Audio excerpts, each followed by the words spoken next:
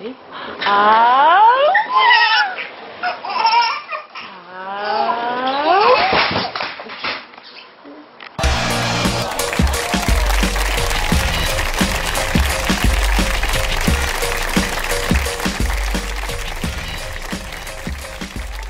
to Tosh.0. I'm your host, Abby Wilson, and I'm what happens when the manic pixie dream girl gets married and puts on about 80 pounds.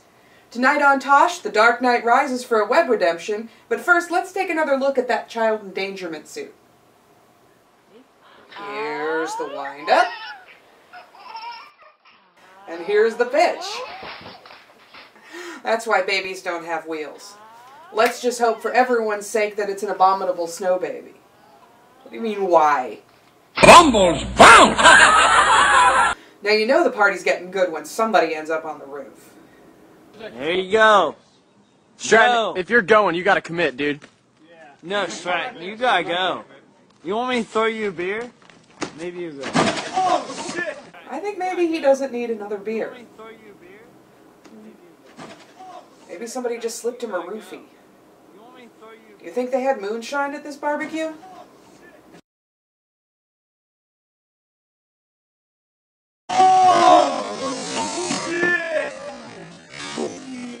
Somebody better call the auto parts store. I don't think Billy Ray is going to make it in today. Alright. Who doesn't like monkeys?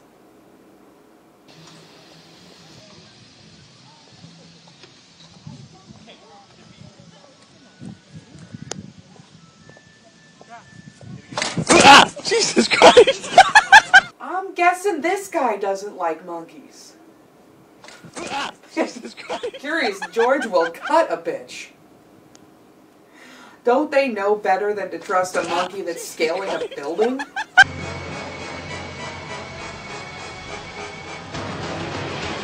I'm not even sure if I should show you this next clip, but what's the internet for if it's not close-up and hairless?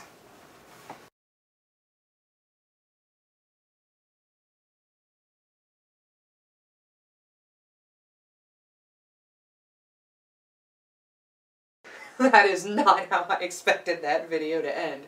Let's put 20 seconds on the clock and see how many funny comments we can make. I don't know about you, but I think I just found the G spot.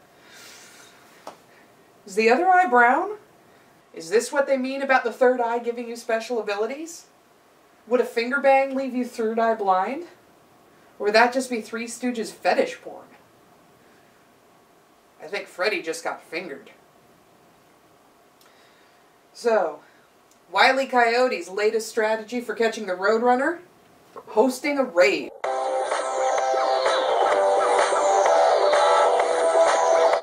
He's in for a big letdown when he realizes that, like everything else, ecstasy is not effective on Roadrunners. I like the flannel shirt. Say, does anybody know what Beck has been up to since the Scott Pilgrim soundtrack? You know, I bet he's on Team Jacob. This is Max. The guy in the white shirt hitting in the chair?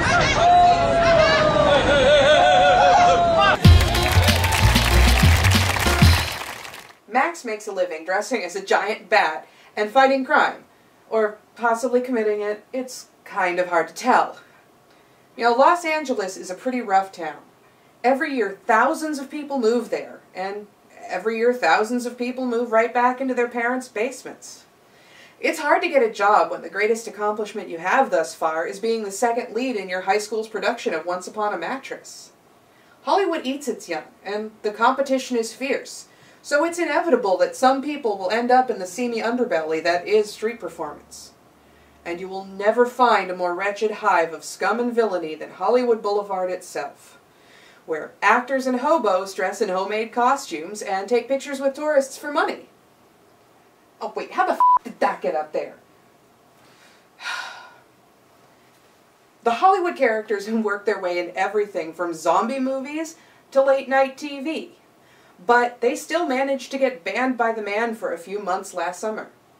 So, like old ladies to a Tom Jones concert, they migrated to Vegas, where nothing is illegal. Max works in the hot sun all day, wearing black, with a leather cape and a rubber hood. It's basically a crackpot crockpot. So when some guy started some trouble with the Caped Crusader, Max brought it Gotham style. So here he is via Skype, the man who went bat in the bat suit, Max. Thanks for being here. Thanks for having me. So, Max, tell us about that day. What happened? Well, I mean, it was just, I was working like usual, and he came up out of nowhere and, more or less just punched me for no reason whatsoever. No reason at all, huh? So what was going through your head that day? I mean, other than his fist. Well, I mean, you know, I knew the police were like on their way, so I was trying my best not to fight, because that's what everybody just told me when I first got here, is no fighting. So, you know. Wait, you're saying that's you trying not to fight?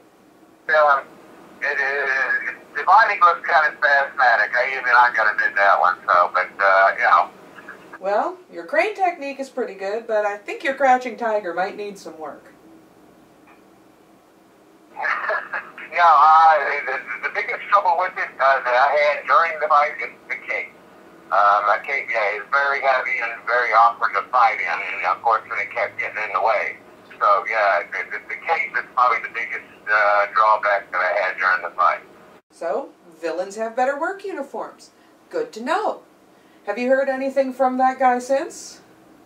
Actually, no, I've been calling this guy out for about 6 months now, and he has not commented, he hasn't got in touch with me, he's said I'm still trying to call him out, and he won't show up, so, hey. Is there anything you want to say to him now? Yeah, why you hide? Yeah, you can beat me. I mean, yeah, you beat me last time. It's been you know, get back into the rematch with no tape, no cops, and no excuses, okay? Come on, give it a shot. But yeah, to all the people out there, you know, on the YouTube, you know, I greatly apologize for everything. Well, that is easily the most sincere apology I've heard since Mel Gibson.